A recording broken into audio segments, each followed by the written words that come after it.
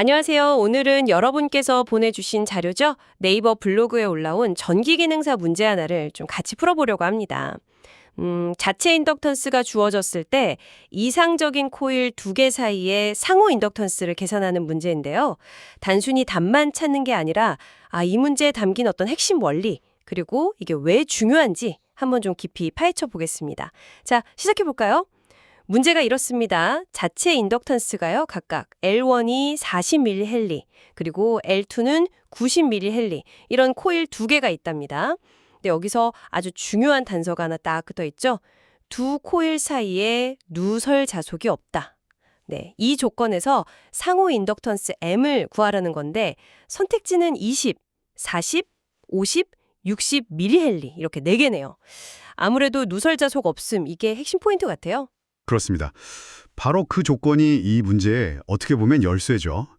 우선 용어부터 잠깐 짚어보면 자체 인덕턴스, L이라고 하는 건 코일 자체가 전류 변화에 저항하는 정도고요.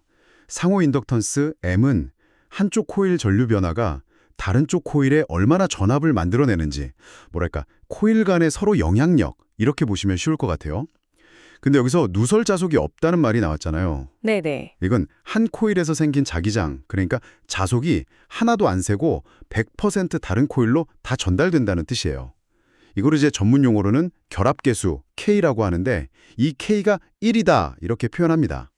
결합계수 K가 1이요? 네, 이건 사실 현실에서는 거의 불가능한 아주 이상적인 상황이죠. 그렇군요. 네, 하지만 이론적으로 개념 잡을 때나 아니면 어떤 설계의 기본 모델로 삼을 때는 아주 유용하게 쓰이는 가정이긴 합니다. 그러니까 누설 자속이 없다는 건 코일 두 개가 뭐 거의 완벽하게 딱 붙어 있는 상태. 그런 이상적인 가정이군요. 그럼 이 이상적인 조건에서는 상호 인덕턴스를 어떻게 계산하나요? 공식 같은 게 있나요? 네, 바로 그 이상적인 조건, 그러니까 K는 1 덕분에 계산이 아주 간단해져요. 두 코일의 자체 인덕턴스를 각각 L1, L2라고 할 때 상호 인덕턴스 M은 그냥 M은 루트 L1, L2 이 공식으로 구할 수 있습니다. 루트 L1 곱하기 L2요. 생각보다 공식 자체는 간단하네요. 네, 그렇죠. 이 공식 자체가 누설 자속이 없다는 전제를 딱 가지고 있는 거예요. 그렇군요.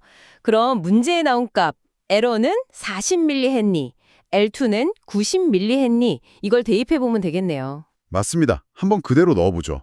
M은 루트 안에 40 곱하기 90. 40 곱하기 90이면 3600이죠. 네, 3600.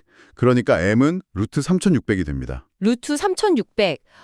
60 곱하기 60이 3600이니까 60이네요. 그렇죠. 정확히 60. 따라서 상호 인덕턴스 M은 60mH, mH. 이게 답이 되는 거죠. 선택지 중에 4번이네요. 네, 60mH. 계산 과정이 아주 명확하게 이해됩니다. 근데 아까 말씀하신 것처럼 그 K는 1이라는 건 정말 이상적인 경우잖아요. 네, 그렇죠. 실제로는 거의 그렇지 않다고 하셨는데 그러면 방금 구한 60mH라는 값은 실제 상황이랑은 좀 차이가 있겠네요. 애초에 그 누설 자속이라는 건 왜 생기는 거예요? 좋은 질문이십니다. 누설 자속은 말 그대로 자기장이 새어나가는 거예요. 코일에서 자기장이 막 생기는데 그 선들 일부가 옆 코일을 통과하지 못하고 그냥 공기 중으로 흩어지거나 뭐 다른 길로 가버리는 거죠. 이게 코일 사이 거리나 어떻게 감았는지 또 코일 사이에 뭐가 있는지 뭐 철심 같은 거요. 그런 거에 따라 새는 정도가 달라져요. 그래서 현실에서는 이 결합회수 K가 항상 1보다는 작습니다. 항상 1보다는 작다. 네. 그래서 실제 상호 인덕턴스를 계산할 때는 M equal K 루트 L1, L2 이걸 써야 하고요.